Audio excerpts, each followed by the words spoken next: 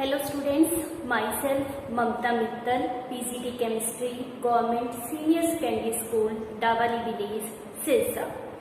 आज हम करने जा रहे हैं क्लास +1 का chapter states of matter part 2।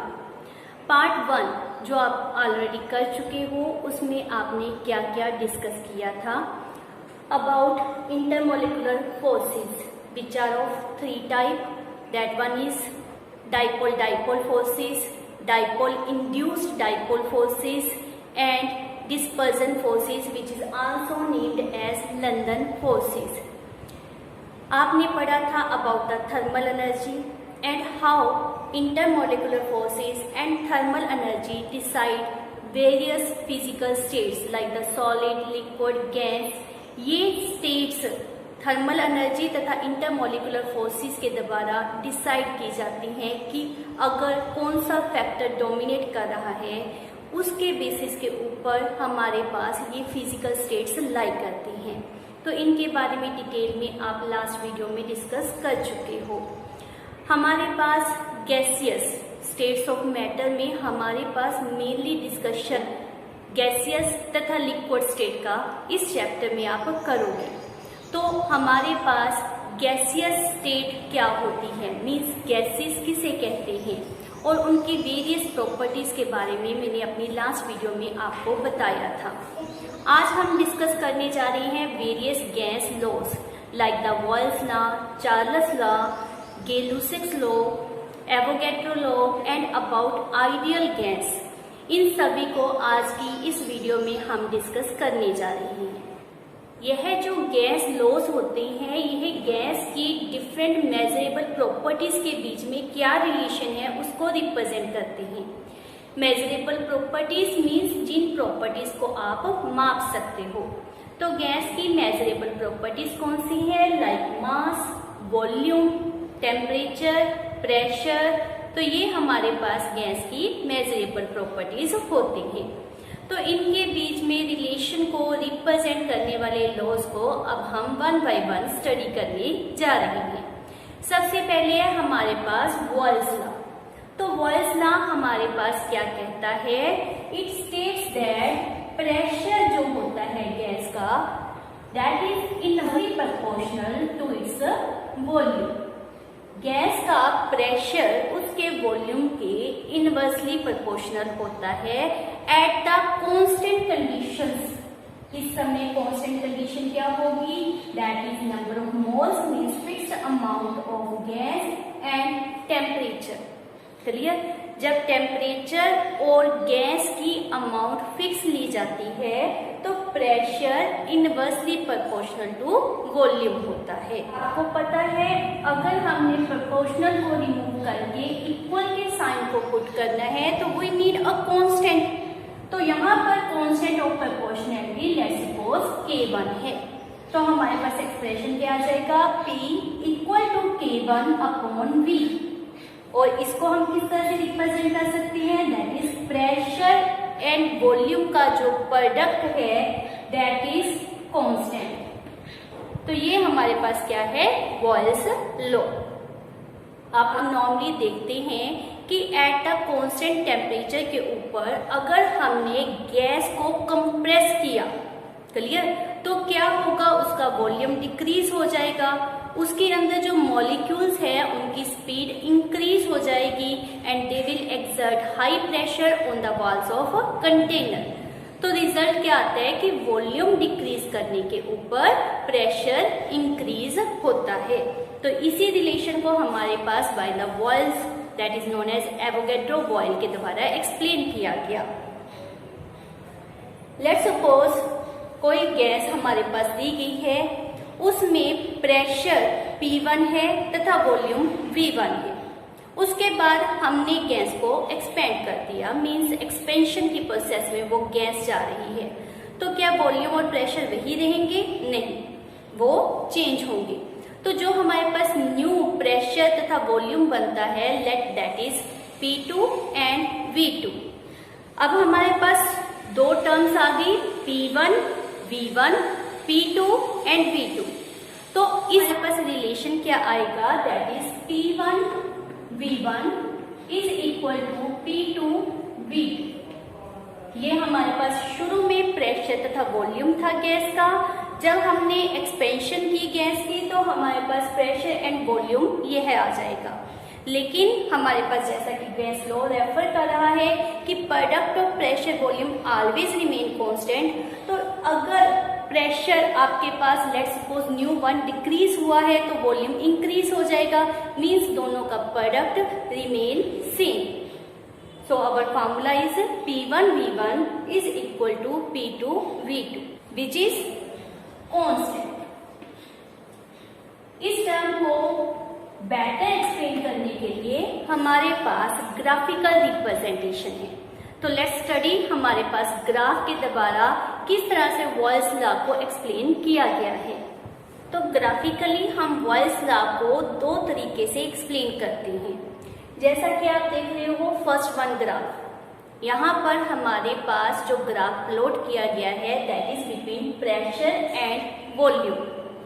Pressure and volume में आपके पास क्या रिलेशन था, that is inversely proportional to each other. इसीलिए हमारे पास इस तरह की कर्व्स ऑब्टेन होती हैं एट द डिफरेंट टेम्परेचर। तो इस ग्राफ में आपके पास तीन कर्व रिप्रेजेंट की गई है। जो हमारे पास सबसे नीचे वाली कर्व है वो लो टेम्परेचर के ऊपर है और सबसे ऊपर वाली कर्व हाई टेम्परेचर के ऊपर है। For each curve temperature remain constant, उस कर्व के लिए टेम्परेचर कांस्टेंट है। Amount of gas means number of mole constant होते हैं। और यहाँ पर एक इंटरेस्टिंग टर्म है हमारे पास that is isotherm. Isotherm means iso means same, therm means temperature. तो ये जो हमारे कर्व्स हैं इनको हम नाम देते हैं isotherms because these curves are plotted at same temperature. जब आपके पास टेम्परेचर फिक्स होता है तब ये आपके पास कर्व बनते हैं। For each curve temperature fix है, इसीलिए इन कर्व्स को नाम क्या दिया जाता है, आइसोथर्म्स। सेकंड हमारा जो ग्राफ रिप्रेजेंट किया गया है तो उसमें स्ट्रेट लाइन क्यों बन रही है, आप इनको ध्यान से देखें। हमारे पास on the Y axis pressure लिया गया है और ऑन द एक्स एक्सिस क्या है 1/V। तो प्रेशर और 1/V के बीच में क्या रिलेशन है, दैट इज डायरेक्टली होने के कारण हमारे पास क्या ऑब्टेन हो रही है, स्ट्रेट लाइंस। पिछले ग्राफ की तरह ही हमारे पास जैसे जैसे टेम्परेचर राइज होता जाएगा तो हमारे पास स्ट्रेट लाइंस जो है टुवर्ड्स द वाई एक्सिस आपको रिप्रेजेंट की जाएंगी। तो ये दोनों ग्राफ हमारे पास प्रेशर तथा वॉल्यूम में रिलेशन को रिप्रेजेंट करते हैं। यहाँ पर एक बात जरूर माइंड में रखनी है कि एज प्रेशर इंक्रीज होता जाता है तो जो हमारी गैस है वो वॉल्स लॉ को डेविएट करने लग जाती है, मीन्स वॉल्स लॉ को फॉलो नहीं करती। तो हाई प्रेशर के ऊपर बेटा आपको स्ट्रेट लाइन ऑब्टेन नहीं हो। वॉल्स लॉ है that is also proves the relation between density and pressure. किस तरह से, अभी हमने क्या मेंशन किया कि PV is equal to K1। Clear? जो हमारे पास वॉल्यूम है उसका तथा डेंसिटी में रिलेशन क्या होता है, आप ऑलरेडी जानते हो, density is equal to mass over volume, means volume is equal to mass over density. Clear?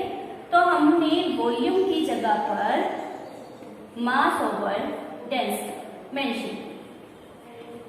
As a result हमारे पास डेंसिटी तथा प्रेशर में यह रिलेशन ऑब्टेन हो जाएगा। मास ऑफ गैस आप जानते हो हमने पहले ही लॉ में फिक्स लिया है, कांस्टेंट, यह भी हमारे पास एक फिक्स अमाउंट है। तो इनका रेशो हमारे पास एक न्यू कांस्टेंट दे देगा दैट इज K डैश। तो हमारे पास PK dash is equal to D, और इसको किस तरह से लिख सकते हैं, D is equal to K dash P। तो यहाँ से आपके पास क्या रिलेशन ऑब्टेन हुआ कि density is directly proportional to pressure. जैसे ही हमने गैस को कंप्रेस किया तो रिजल्ट क्या आएगा कि जो गैस के मॉलिक्यूल हैं वो एक स्मॉलर वॉल्यूम को ऑक्यूपाई कर रही हैं। रिजल्ट क्या आएगा कि वो जो मॉलिक्यूल्स हैं वो एक दूसरे से ज़्यादा टकराएंगे, with the walls of container ज़्यादा टकराएंगे तो प्रेशर ज़्यादा एक्सर्ट करेंगे। एज वेल एज मॉलिक्यूल्स एक दूसरे के क्लोज आ गए, रिजल्ट क्या आएगा, उनमें डेंसिटी इंक्रीज हो जाएगी। तो जब आपके पास गैस का प्रेशर इंक्रीज होता है तो डेंसिटी भी इंक्रीज होती है। तो अब हम कर रहे हैं बॉयल्स लॉ से related numerical. Balloon is filled with the hydrogen at room temperature. It will burst if pressure exceeds 0.2 bar. If at 1 bar pressure, the gas occupies 2.27 liter volume, up to what volume can the balloon be expanded? हमारे पास room temperature means temperature constant दिया गया है। Pressure शुरू में आपके पास कितना दिया गया है, 1 बार। तो हमारे पास ये हमारा T1 आ जाएगा। इस प्रेशर के ऊपर gas occupies volume that is 2.27 litre. अब उन्होंने कहा है कि अगर प्रेशर 0.2 बार से एक्सीड किया गया तो जो हमारा बलून है वह ब्रस्ट हो जाएगा। तो प्रेशर फाइनल इतना ही रखना है, इससे अब हमने नहीं करना। एंड फॉर दिस आपने क्या कैलकुलेट करना है, वॉल्यूम। तो अगर आप बॉयल्स लॉ को जानते हैं तो आप इजीली इस क्वेश्चन को सॉल्व कर सकते हैं। बाय दिस रिलेशन आप V2 को कैलकुलेट कर लोगे। T1 आपके पास 1 था, V2 2.27, T2 0.21। अब आपने इसको सॉल्व करना है, अपनी आप कैलकुलेशन करेंगे तो आपके पास V2 कितना आ जाएगा। Yes, that comes out 11.35 litre. कितने प्रेशर के लिए आया है, 0.21। इतने प्रेशर के ऊपर तो हमारा बलून ब्रस्ट कर जाएगा। तो वॉल्यूम कितना होना चाहिए, should be less than this. Clear? तो हमारे पास आंसर क्या आएगा कि जो हमारा वॉल्यूम फाइनल है दैट इज 11.35 लीटर से कम होना चाहिए। इसी से रिलेटेड नंबर ऑफ न्यूमेरिकल्स हैं जो आपने सॉल्व करनी है। नेक्स्ट हम करने जा रही है चार्ल्स लॉ। चार्ल्स लॉ हमारे पास रिलेशन देता है between volume and temperature of gas at the constant conditions of pressure and amount of gas. Means जब amount of gas and pressure को कांस्टेंट कर दिया जाए तो जैसे ही आप टेम्परेचर को इंक्रीज करोगे रिजल्ट क्या आएगा, वॉल्यूम ऑफ गैस इंक्रीज हो जाएगा। और कूलिंग करने पर मीन्स टेम्परेचर को कम करने पर वॉल्यूम ऑफ गैस भी कम हो जाएगा। मीन्स वॉल्यूम और टेम्परेचर में रिलेशन हमारे पास क्या दिया गया, they are directly proportional to each other. लेकिन यह एकदम से आपके पास ऑब्टेन नहीं हुआ, इसके लिए काफी डिस्कवरीज की गई। तो हमारे पास इनिशियली क्या मेथड ऑब्टेन किया गया to obtain the last final result. This is that कि लेट्स सपोज जो वॉल्यूम ऑफ गैस है एट 0 डिग्री सेल्सियस वह हमने V0 ले लिया और at any temperature in degree Celsius आपके पास वॉल्यूम कितना है, VT। अब हमारे पास उन्होंने मेंशन किया for each degree rise in temperature volume of gas increases by 1/273.15 of its original volume at 0 degree Celsius. Means 0 degree Celsius के ऊपर जो वॉल्यूम है अगर आपने टेम्परेचर में राइज किया तो कितना चेंज आ जाएगा उसमें, that is increases by 1/273.15 of its original volume. इस रिलेशन को जब हम सॉल्व करते हैं तो हमारे पास V0 means volume at 0 degree Celsius common, तो यह बन जाएगा। एज ए रिजल्ट आपके पास यह रिलेशन ऑब्टेन हो जाता है। लेट हम यहाँ पर सपोज करते हैं कि 273.15 इज T0, इसको हम T0 से रिप्रेजेंट करते हैं। और 273.15 प्लस T हमारे पास किसको रिप्रेजेंट करता है, T को, कैपिटल T पैर में स्मॉल t को। तो इसकी वैल्यूज को यहाँ पर पुट करने पर हमें क्या ऑब्टेन हुआ, VT इक्वल टू V0 अब हमारे पास इसके लिए एक्सप्रेशन क्या आया है, दिस वन, और 273.15 को हम क्या रेफर करेंगे, टी नोट। इसको और बेटर लिख लेते हैं, BT upon TT is equal to V nought upon T nought. यह हमारे पास एक्सप्रेशन ऑब्टेन हो जाएगा। इसको और बेटर लिखने के लिए हम क्या रेफर कर देते हैं, जो ओरिजिनल वन है हमारे पास दैट इज V1 T1, और जो फाइनल ऑब्टेन हुए हैं दैट इज V2 T2। तो एक्सप्रेशन क्या बन गया, V1 over T1 is equal to V2 upon T2। यह क्या एक्सप्रेशन है हमारे पास, V over T is constant जिसको हम K2 का नाम रिप्रेजेंट करते हैं। तो V ओवर T कांस्टेंट है, तो it means V directly proportional to T होगा। और यह टेम्परेचर किस में होगा, केल्विन में। वाई, बिकॉज आप अच्छी तरह से जानते हैं कि यह जो हमने एक्सप्रेशन मेंशन किया है इसमें हमारे पास T अगर डिग्री सेल्सियस है तो यह हमारे पास क्या होता है, केल्विन। तो जब आपने केल्विन में टेम्परेचर को रिप्रेजेंट करना है, आपके पास सिंपल फार्मूला ऑब्टेन हो गया, volume is directly proportional to temperature. As well as हमारे पास एक न्यू स्केल ऑब्टेन हो गई जिसे हम नाम क्या देते हैं, Kelvin scale. Another name is thermodynamic scale और also said as the absolute temperature scale. इसको एब्सोल्यूट टेम्परेचर स्केल क्यों रेफर किया जाता है, क्योंकि इसमें हमारे पास नेगेटिव में वैल्यू नहीं होती। जैसे हमारे पास डिग्री सेल्सियस में हम रेफर करते हैं -4 डिग्री सेल्सियस, -10 डिग्री सेल्सियस, लेकिन केल्विन स्केल में हम पॉजिटिव वैल्यू में ही रिप्रेजेंट करते हैं। तो इसे हम क्या रेफर करते हैं, एब्सोल्यूट टेम्परेचर स्केल। तो जब भी आप टेम्परेचर को केल्विन में रिप्रेजेंट करते हो तो हम इस लॉ की डेफिनेशन क्या रेफर करेंगे, at the constant pressure, means जब आप प्रेशर को कांस्टेंट रखते हो, volume of a fixed mass of gas is directly proportional to temperature. एक बात और माइंड में रखना कि जो टेम्परेचर केल्विन में लिखा जाता है उसकी डिग्री नहीं रेफर करते। जैसे हम डिग्री सेल्सियस रेफर करते हैं तो यहाँ पर हमारे पास सिर्फ क्या होता है, temperature in kelvin, not in degree. Degree में आपने इसको रिप्रेजेंट नहीं करना। Next is graphical representation of Charles law. जैसे कि आपने बॉयल्स लॉ की थी, उसी तरह से हमारे पास चार्ल्स लॉ की रिप्रेजेंटेशन दी गई है। V directly proportional to T है, तो इसलिए हमारे पास क्या ऑब्टेन होगा, स्ट्रेट लाइन। यहाँ पर हमने डिफरेंट स्ट्रेट लाइंस रिप्रेजेंट की है because we are taking different pressure. तो पास for a one straight line pressure remains constant, तो उसके कारण हमारे पास यह स्ट्रेट लाइन ऑब्टेन हुई है। एक और टर्म आपने माइंड में रखना है, बिकॉज हम क्या मेंशन कर रहे हैं कि प्रेशर कांस्टेंट है, इसीलिए हम यहाँ पर जो लाइंस ऑब्टेन हुई हैं उनको नाम देते हैं आइसोबार।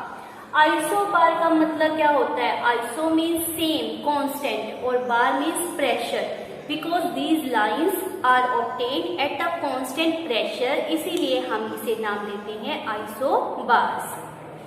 नेक्स्ट है हमारे पास graphical representation of Charles law. तो जैसे कि आपके पास ग्राफ में रिप्रेजेंट किया गया है, pressure directly proportional to volume है, so we obtain straight line, और इन स्ट्रेट लाइन को नाम क्या दिया जाता है, isobar. Isobar means the curves which are obtain at the constant pressure. आपको पता है बार जो होता है वो प्रेशर का यूनिट होता है, तो इन स्ट्रेट लाइंस को हम नाम क्या देते हैं, isobar. These lines are obtained at the different constant pressure. आप देख रहे हैं कि इन लाइंस को ऊपर हमने सॉलिड लाइंस में रिप्रेजेंट किया है और नीचे जाते हुए यह रफ रिप्रेजेंट की गई है। वाई, बिकॉज जैसे जैसे आप टेम्परेचर को डिक्रीज करते जाते हो वॉल्यूम डिक्रीज होता जाएगा और one state come when all the gas convert into liquid. सभी लाइंस एंड में जाकर -273.15 के ऊपर मीट करती है, जिसको हम रेफर करते हैं जीरो वॉल्यूम। मीन्स यहाँ इस टेम्परेचर के ऊपर गैस प्रोसेस जीरो वॉल्यूम। कहने का मतलब है कि गैस प्रेजेंट नहीं होती, that is completely convert into liquid state. तो before this one temperature is obtain, gas liquid में कन्वर्ट होनी स्टार्ट हो जाती है, इसीलिए हम इसको रफ लाइन में रिप्रेजेंट करते हैं। दिस -273.15, जिसको आप सिंपली -273 डिग्री सेल्सियस रिप्रेजेंट करते हो, that is also said as absolute zero. Why? Because जैसे अभी मैंने बताया कि at this temperature volume of gas zero होता है। अब हम करेंगे numerical. On a ship sailing in the Pacific Ocean where the temperature is 23.4 degrees Celsius, a balloon is filled with 2 liter air. What will be the volume of balloon when the ship reaches Indian Ocean where the temperature is 26.1 degrees Celsius? इस question में आपके पास volume starting में 2 litre दिया है, जिसको हम V1 refer करेंगे। टेम्परेचर जो इनिशियल दिया गया है दैट इज 23.4 डिग्री सेल्सियस। जैसा कि मैंने अभी आपको मेंशन भी किया था कि जब हम फार्मूला पुट करना चाहते हैं V1/T1 इक्वल टू V2/T2, तो हमें टेम्परेचर केल्विन में चाहिए। तो इसलिए हम इसमें क्या करेंगे, 273 ऐड करेंगे। 0.15 होता है, लेकिन हम सिंप्लिसिटी के लिए ओनली 273 यहाँ पर ऐड करेंगे। तो यह हमारे पास कितना बन जाएगा, 296.4 डिग्री 4 केल्विन। क्लियर? वॉल्यूम जो बाद में टेम्परेचर राइज करने पर ऑब्टेन होगा उसे हमने कैलकुलेट करना है। नेक्स्ट जो टेम्परेचर आपके पास दिया गया है वह कितना है, 26.1 डिग्री सेल्सियस। इसको भी हमने केल्विन में कन्वर्ट कर देना है। तो यह हमारे पास कितना आ जाएगा, 299.1 डिग्री 1 केल्विन। इस फार्मूले को अब हम अप्लाई करेंगे और बड़ी ही आसानी से हमारे पास आंसर ऑब्टेन हो जाएगा, दैट इज V1T2/T1। तो वॉल्यूम इज 2 × 299.1/296.4। तो इसको आप सॉल्व करो। सॉल्व करने पर क्या आंसर ऑब्टेन होगा, 2.018 लीटर। तो ये हमारे पास with the help of Charles law answer obtain होगा। Lussac's law given by Joseph Gay Lussac, उन्होंने हमारे पास प्रेशर तथा टेम्परेचर के बीच में रिलेशन दिया। आपको पता है सर्दियों में अगर आप कार या फिर मोटरसाइकिल, स्कूटी, इनके टायर्स को देखते हैं तो आपको लगता होता है कि इसमें प्रेशर कम है, बिकॉज विंटर कोल्डनेस के कारण pressure in the tyres decrease हो जाता है। और जबकि गर्मियों में इनके टायर्स में प्रेशर इंक्रीज हो जाता है और समटाइम्स इतना ज़्यादा इंक्रीज हो जाता है कि जो टायर्स है वो फट जाते हैं। तो ये किस चीज को रिप्रेजेंट करता है, relation between pressure and temperature. जैसे ही टेम्परेचर इंक्रीज होता है गैस के मॉलिक्यूल्स फास्टली मूव करने शुरू हो जाते हैं, जिसके कारण वो कंटेनर के वॉल्स के ऊपर हाई प्रेशर अप्लाई करते हैं। तो हमारे पास रिलेशन क्या ऑब्टेन हुआ, pressure directly proportional to temperature at the constant condition. Constant condition आपने जरूर रेफर करनी है। तो यहाँ पर कांस्टेंट कंडीशन क्या होगी, fixed amount of gas at the constant volume.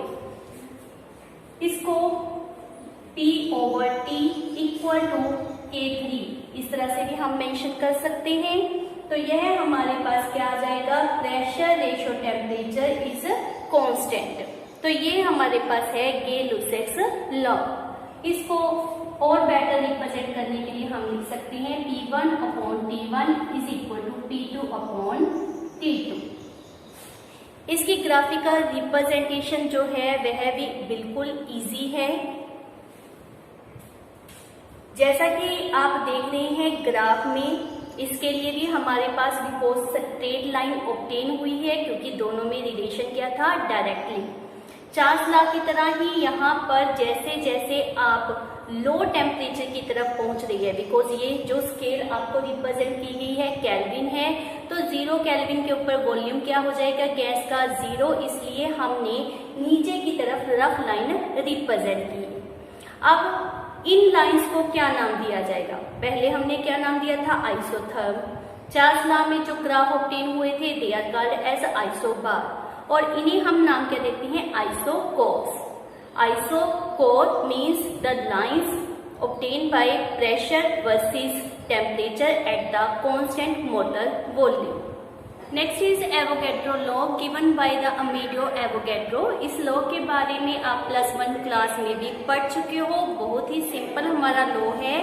ये लॉ हमारे पास क्या कहता है? Under the similar condition of temperature and pressure, means जब आपके पास प्रेशर एंड टेम्परेचर कांस्टेंट होता है, at that time all the gases which possess equal volume contain same number of molecules. means अगर temperature pressure constant है, आपके पास let's suppose capacity of 1 litre, दोनों हमारे पास 1 litre है, एक में आपके पास CO2 गैस है, एक में आपके पास NO2 गैस है।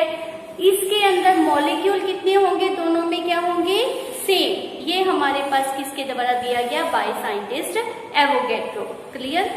तो हमारे पास मॉलिक्यूल और मोल में क्या रिलेशन होता है? ये भी आपने +1 में किया हुआ है, फर्स्ट चैप्टर में किया था ना, कि हमारे पास mole is equal to number of molecule upon Avogadro constant.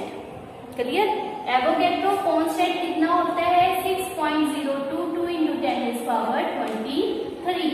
तो इससे आपके पास टर्म क्या आती है कि n that is number of moles is directly proportional to capital N means number of molecules। तो हमारा रिलेशन क्या था? Volume directly proportional to number of molecule. अब यहां से हमारे पास क्या टर्म आ गई कि मॉलिक्यूल मोल्स के इक्वल होते हैं, प्रोपोर्शनल होते हैं, मीन्स तो हमारे पास इस तरह से मेंशन कर सकते हैं that volume is directly proportional to number of moles of gas under the similar condition of temperature and pressure. इसको हम V/N equal to K4 means ratio of volume and number of moles is always constant. इस तरह से भी हम present कर सकते हैं। लेट्स सपोज जो आपके पास constant condition of temperature and pressure mention की गई है दैट इज STP। अब ये STP क्या है? That is standard temperature and pressure. तो जो प्रेशर हमारे पास स्टैंडर्ड होता है दैट इज ऑलवेज 1 एटमॉस्फेयर। याद रखना है स्टैंडर्ड प्रेशर कितना होता है? 1 एटमॉस्फेयर। और स्टैंडर्ड टेम्परेचर कितना होता है? दैट इज 273.15 केल्विन और also said as 0 degree Celsius. यह हमारे पास क्या है? Standard temperature. ये टेम्परेचर आपने पहले भी पढ़ा था, क्या होता है? एब्सोल्यूट जीरो टेम्परेचर मीन्स जिसके ऊपर gases convert into the liquid form. तो इस टेम्परेचर और प्रेशर के ऊपर जो हमारे पास गैस होती है उसका वॉल्यूम फिक्स होता है। उसका volume said as molar volume possessed by 1 mole of gas के द्वारा जो वॉल्यूम पोसेस करता है वह होता है मोलर वॉल्यूम। तो मोलर वॉल्यूम हमारे पास कितना आ जाएगा? 22.71078 लीटर्स। तो यह हमारे पास under the standard temperature pressure के ऊपर गैस के द्वारा प्रोसेस किया जाने वाला वॉल्यूम है। और यह सब हमारे पास किसके द्वारा दिया गया? By scientist Avogadro. तो हमने अभी तक कौन कौन से लॉज किए? That is Boyle's law, Charles law, Gay Lussac law and Avogadro's law. जो गैस इन लॉज को एट एनी टेम्परेचर प्रेशर के ऊपर फॉलो करती हैं they are said as ideal gas. उस गैस को हम नाम क्या देते हैं? Ideal gas. बट आइडियल जैसे कि आपको पता है no one is ideal, 100% ideal नहीं होता। तो एक्चुअल में under all temperature and pressure कोई भी ऐसी गैस नहीं है जो इन सभी लॉज को फॉलो करे, तो उसे हम नाम क्या देते हैं? Real gas. Clear? Why there is ideal और रियल गैस, तो यहाँ पर मेन फैक्टर क्या होता है, इंटरमोलिकुलर फोर्सेस। आइडियल गैस के लिए जरूरी यह होता है कि गैस के मॉलिक्यूल के बीच में बिल्कुल भी फोर्स ऑफ अट्रैक्शन ना हो, मतलब इनमें इंटरमोलिकुलर फोर्सेस बिल्कुल जीरो हो। बट आपको पता है ऐसा पॉसिबल नहीं होता, उनमें चाहे बहुत कम है लेकिन इंटरमोलिकुलर फोर्सेस होती हैं। रियल गैस जिनमें फोर्सेस कंसीडर की जाती हैं, तो इसी कारण वो सभी लॉज को फॉलो नहीं करती हैं। तो हम यहाँ पर आइडियल गैस की इक्वेशन करने जा रहे हैं, तो इसके लिए आपने माइंड में रखना है कि what is ideal gas. Ideal gas is a gas which follow all the laws, that is Boyle's, Charles, Avogadro, Gay Lussac's at any temperature and pressure. Ideal gas equation की डेरिवेशन बिल्कुल इजी है because it is based upon Boyle's law, Charles law and Avogadro's law. तो हमारे पास Waals law के द्वारा क्या mention किया गया, that is pressure is inversely proportional to volume, और हम इसे इस तरह से भी लिख सकते हैं कि volume is inversely proportional to pressure. Obvious है, at the constant condition of temperature and fix amount of gas. Next Charles law, according to this volume is directly proportional to temperature. Next is Avogadro's law. It says that volume is directly proportional to number of moles. तो इन तीनों laws की जब हम combination करते हैं तो हमारे पास left side में क्या है, वॉल्यूम। तो volume is directly proportional to temperature, directly proportional to number of moles and inversely proportional to pressure. From these laws हमारे पास यह ड्राइव हो जाएगा, बिल्कुल इजी है। प्रोपोर्शनल की जगह पर हम क्या रेफर करते हैं, एनी कांस्टेंट। तो हमारे पास जो कांस्टेंट आता है वह क्या है, कैपिटल आर। नाउ ये न्यू टर्म आपने याद रखनी है, एन टी अपॉन पी।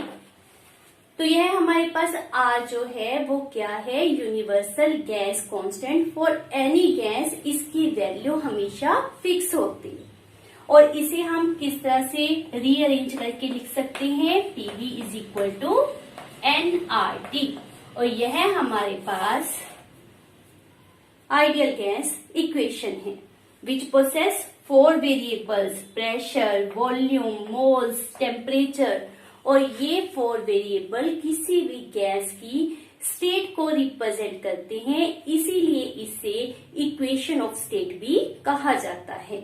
इस इक्वेशन में जो हमारे पास न्यू टर्म आई है that is capital R which is universal gas constant, और उसकी वैल्यू भी ऑब्वियस है, वेदर कोई भी गैस हो फिक्स होगी, बिकॉज इसीलिए आप उसको यूनिवर्सल गैस कांस्टेंट का नाम दे रहे हैं।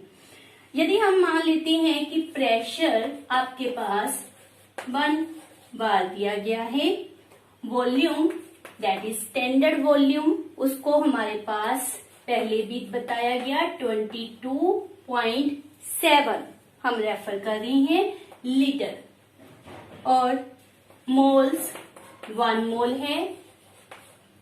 टेम्परेचर स्टैंडर्ड लेंगे दैट इज 273 केल्विन। क्लियर। अगर हम ये वैल्यूज इस इक्वेशन में पुट करते हैं, हमारे पास यहाँ से जो वैल्यू ड्राइव होगी वो कितनी आएगी, 0.0821, और यूनिट भी याद रखनी है, वो क्या आएंगे, ऑब्वियस है बार, देन वॉल्यूम के लिए लीटर, अपॉन में मोल एंड केल्विन। तो ये हमारे पास इसके यूनिट आएंगे। अगर आपके पास एटमॉस्फेयर में प्रेशर दिया हो तो थोड़ी सी चेंज आ जाएगी, तब हमारे पास वैल्यू दिस वन होगी, दैट इज 0.0831। अगर आपसे SI यूनिट्स में वैल्यू पूछी जाए तो प्रेशर को हम पास्कल में रिप्रेजेंट करते हैं। 1 एटमॉस्फेरिक प्रेशर 10⁵ पास्कल के इक्वल होता है। जो वॉल्यूम होता है उसको लीटर में नहीं मीटर क्यूब में रिप्रेजेंट किया जाता है।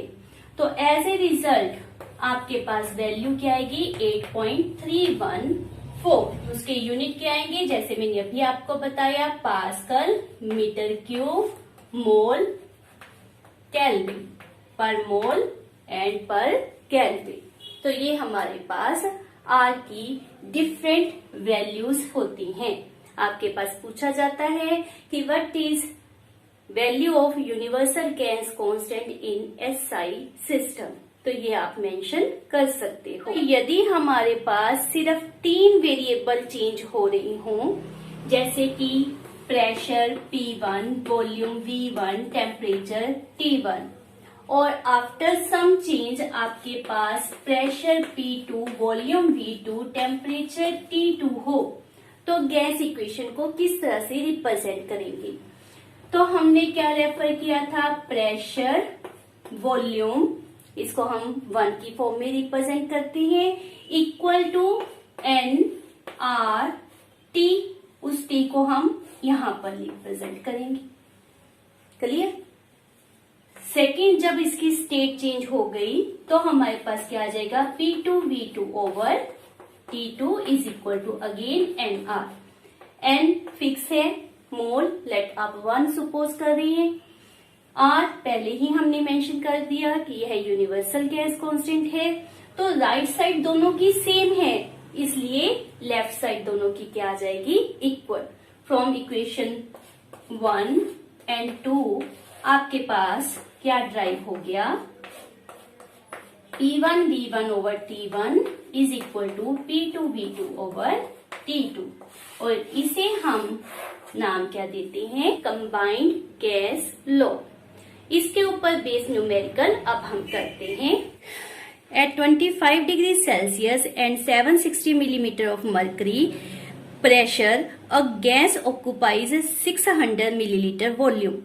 What will be its pressure at a height where temperature is 10 degree Celsius and volume of gas is 640 milliliter?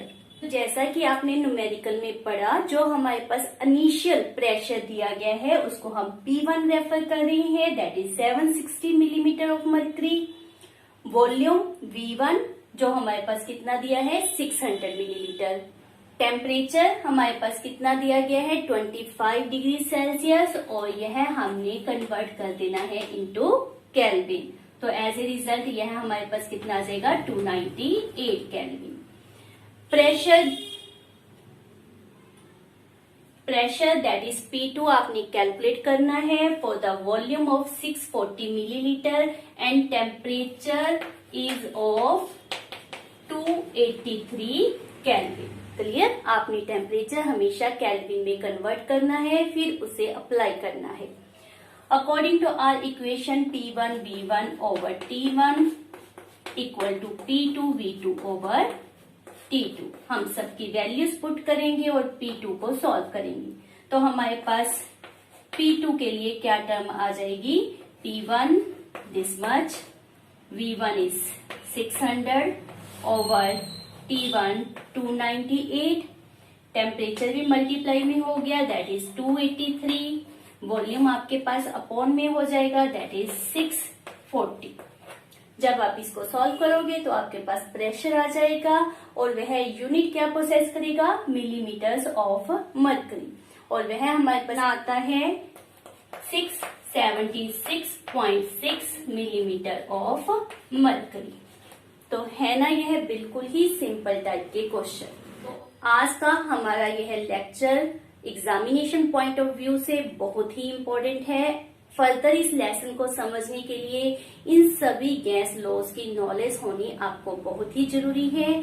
तो आज के लेक्चर में हमने क्या क्या डिस्कस किया about different laws, that is Boyle's law, Charles law, Avogadro law, Gay Lussac's law, and very important ideal gas equation, combined gas equation and a number of numerical जो इनके साथ जुड़े हुई हैं। तो आपने इनके न्यूमेरिकल्स की अच्छी तरह से प्रैक्टिस करनी है, सभी सम को सॉल्व करना है। Thank you.